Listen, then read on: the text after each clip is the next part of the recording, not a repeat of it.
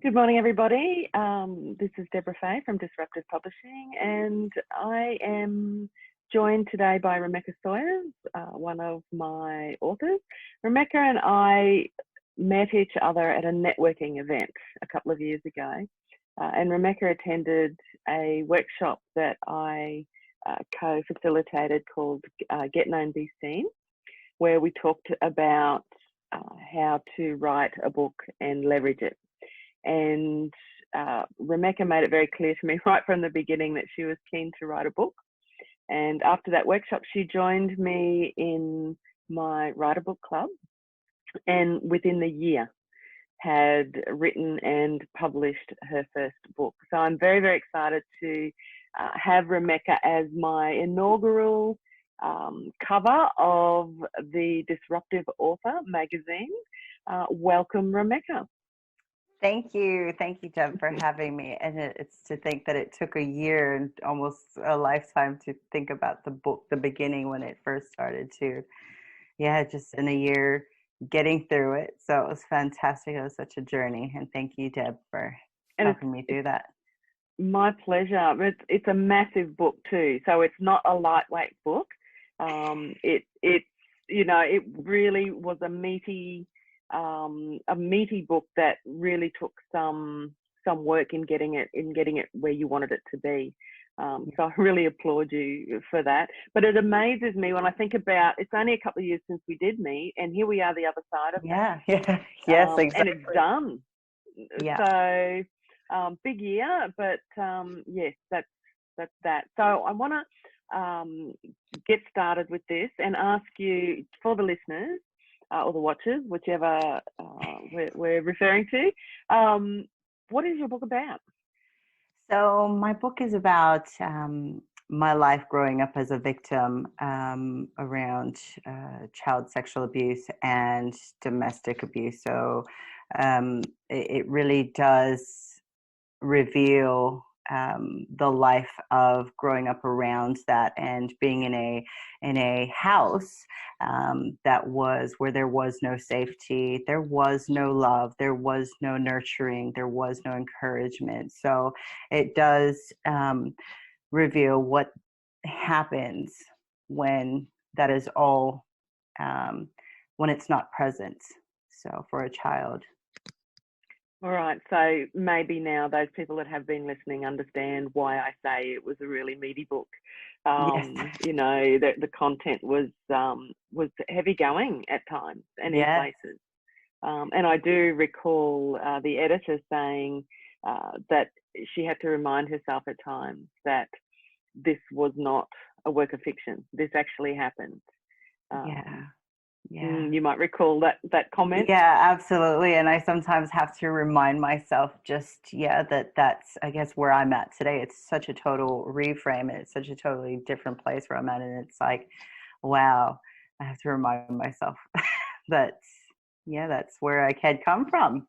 Yeah, so far from there now, aren't you? Yeah. So when was it that you first became published? So it was in March 2019. Yeah. March, okay. So we started, and then we had your book launch in April. Yes. Yep. And that was to coincide with. It was to coincide with I had started the charity. So as I was writing the book, I was starting the charity, and all at the same time. So it was definitely a lot. So I can't remember. Was there anything else we had coincided? I think we were thinking of domestic violence awareness in May, and I think the sexual violence awareness April. Yes. Something along those lines. So I think we had it somewhere in the middle. Yes. Yeah. Because there were events in May that we had to go and do as well that were around DV, and then later in September was Child Protection Week. So. And all very appropriate to what you're addressing in the book and what you're hoping to achieve, which we're going to go into now.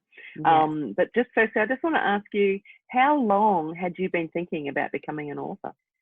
Well, I guess it was, growing up as a little girl, my escape would be through books. So I would read a lot of, Stephen King and, just a lot of Oh, wow. horror books. So it kind of Yes. coincided with, it was kind of relatable for me that it was like a scary book and that I was in a scary life, and it was just those familiar emotions for me. So reading a lot and just going, wow, just being fascinated that such the storyline and how you can draw someone into a story through in between the pages.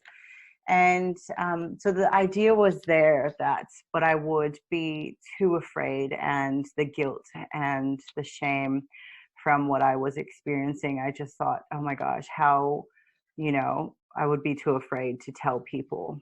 And Okay. then in my 20s, I had read a book about a woman who had bravely uh, written her story about being abused Mm. by her father and his, and friends. So it was just, I was just, um, I, I felt like, wow, she's really brave. That's possibly something I can do. And Mm. then it was until I met you in, 28, was it 2017, 2018, that I thought, you know Mm. what, I was more intuitive then. And I felt, now I feel like this is the time, this is the place. I couldn't write it back then. The ideas were back then, but I wasn't in that place of being healed. I was still in my addiction. Mm. I was still dealing with addictions and struggling in life. So I wasn't at that place of peace and healing where when I met you, I was ready. It was that time. So it was meant to Yeah. be. Divine timing is everything, isn't it? Absolutely. Absolutely. Mm. Otherwise, it wouldn't have been written the way it was with the happy ending, I guess I could say. So, I was going to ask you, was it part of like fulfillment of a dream, or part of a bigger picture? And I guess you're going to tell me that it's probably a bit of both, isn't it? Yeah, absolutely. Because when I think of the little girl that was back then suffering, and the idea of just people knowing what had happened, because that was a bit of something that I never experienced. And for most survivors, it's that not being believed or not being able to tell your story. There's that shame and guilt associated with it. So it was definitely a fulfillment of a dream, and at the same time it was a part of a bigger picture, which, as you know, as I've said before, it's still being written today, and it's still going to be written tomorrow, of what that looks like. So it definitely coincided with the story behind why I started Meant to Rise, the charity, because it was to let others know that this is what we're about. This is where we're coming from. And also that we understand, and other survivors, to encourage them to come out and speak out, to tell your story, to write a book, to be able to know that we can grow and heal, and to let go of all that shame that isn't ours to begin with. So Mm. that's the massive way to healing, is to acknowledging and knowing that we have the power to be able to use our voice and to speak and to tell our story, be honest and truthful, because there is no shame and there is no guilt behind that, and we are survivors. Beautiful. So, which sort of leads me into, like, I do want to know more about that. What you're doing today, and what your work is all about.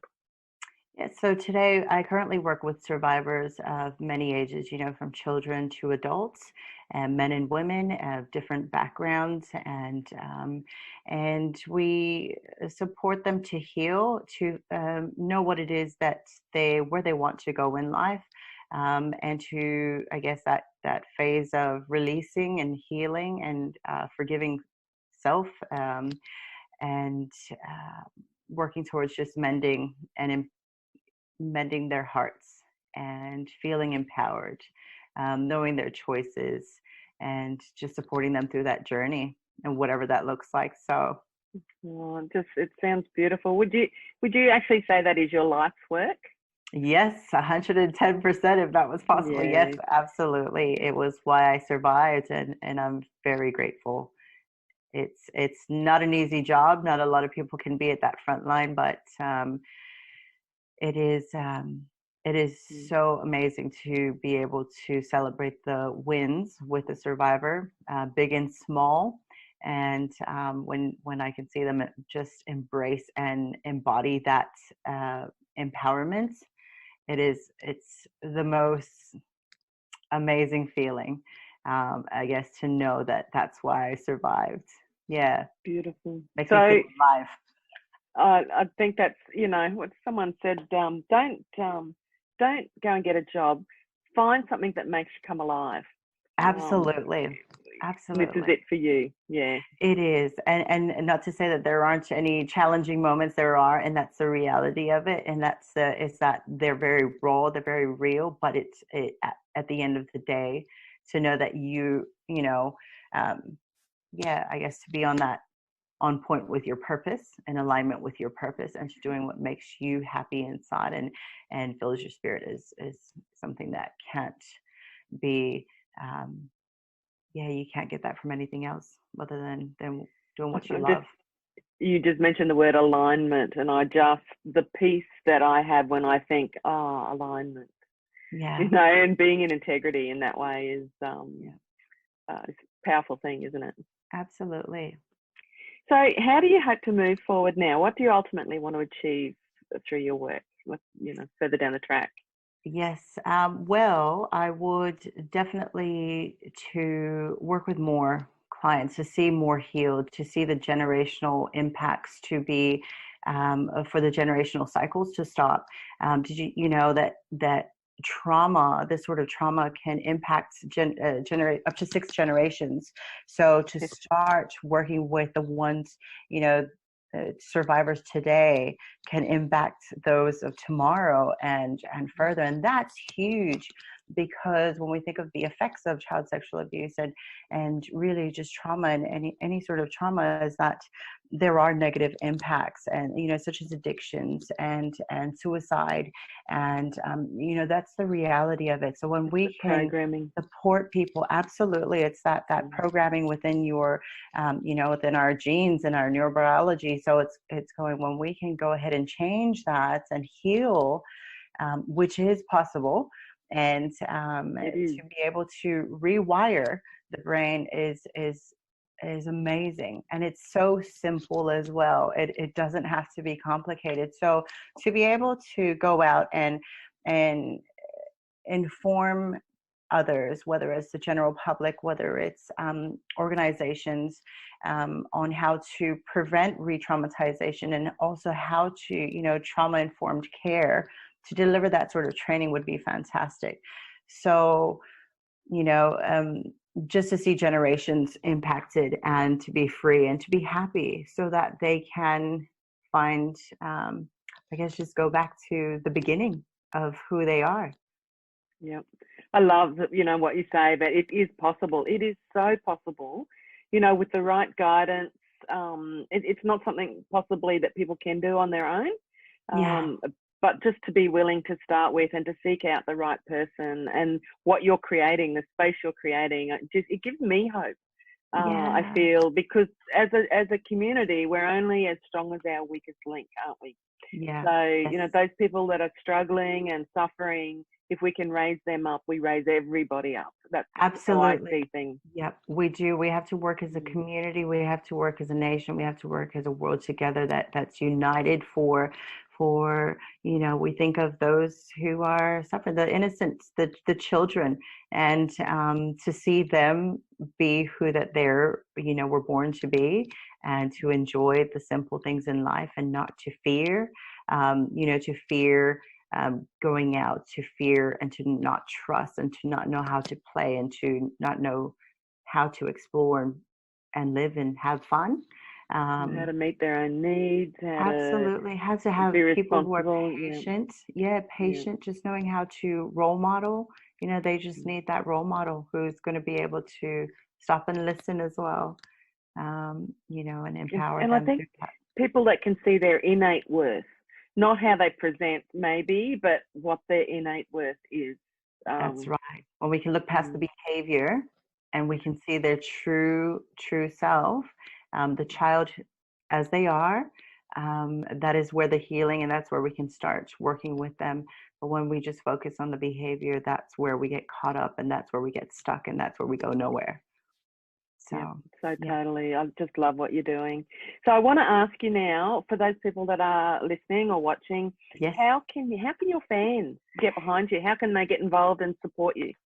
Yes, absolutely. Look, like I said, we can't do it alone, and definitely having a community of fans to be able to support just through ways of promoting the book, letting people know where they can go if they have experienced childhood sexual abuse, and liking our Facebook page, Meant to Rise on Facebook, as well as we do post up events and promotions, and we're growing. So ultimately, I really see myself standing back, having the right people be in the positions to be able to have Meant to Rise grow, to be able to meet more people, and support them through their needs, and help them through their healing. That is ultimately what I would like to do, or what I would like to see and envision for Meant to Rise. So any of our fans who would like to volunteer, who have skills in grant writing,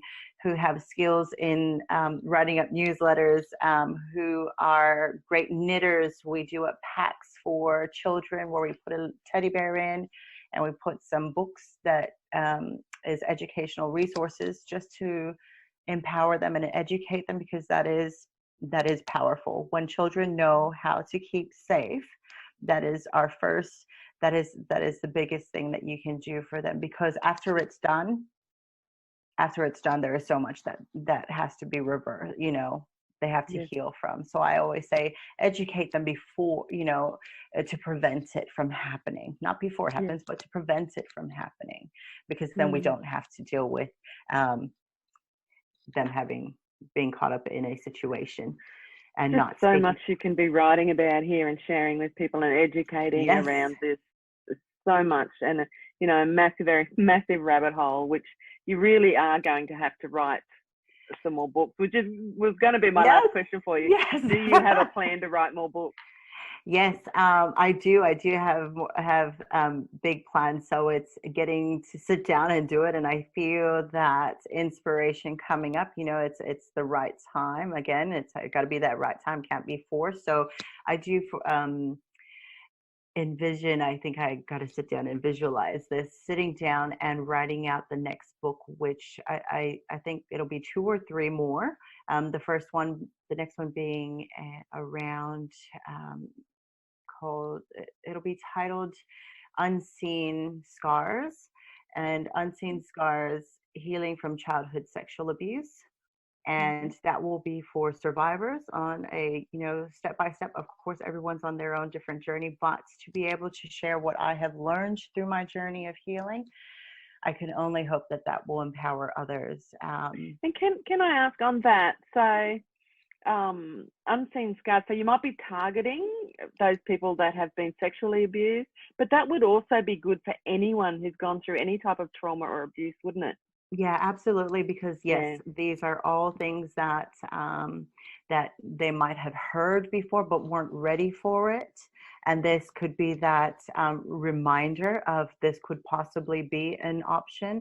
This could, and just there will be that understanding why it was used, and different options along the way of what else could, because it's not just a one step and then we're done, or it's not just a one way and that's good. I'm fantastic, I'm healed. No, it was a journey of ongoing learning and ongoing change that had happened, and ongoing healing. Absolutely, because with each one there was strengthening, there was releasing, there was growing, and there was that confidence. Absolutely, that awareness of life, and making choices that were aligned with where we wanted to go. Or for myself, it was knowing what were the best decisions for my heart and for myself to ultimately reach that peace and joy, to feel happy, to feel peaceful. I had to create that inner and outward. So that was really important. So, and then the next book, the other book will be a resource that anyone who is studying child sexual abuse, trauma can go ahead and pick up and get some information on there. Fantastic. Based from, the perspective of somebody who has lived experience. Wonderful. I'm so excited about what's to come for you and for everyone that you come into contact with. I really am a big supporter and a big fan myself of you and your work. So I can't wait to get this out and for people to see it and for people to have the opportunity to participate, because I think the right people will see this and absolutely. will step up. So that's very exciting for all of us. Yes.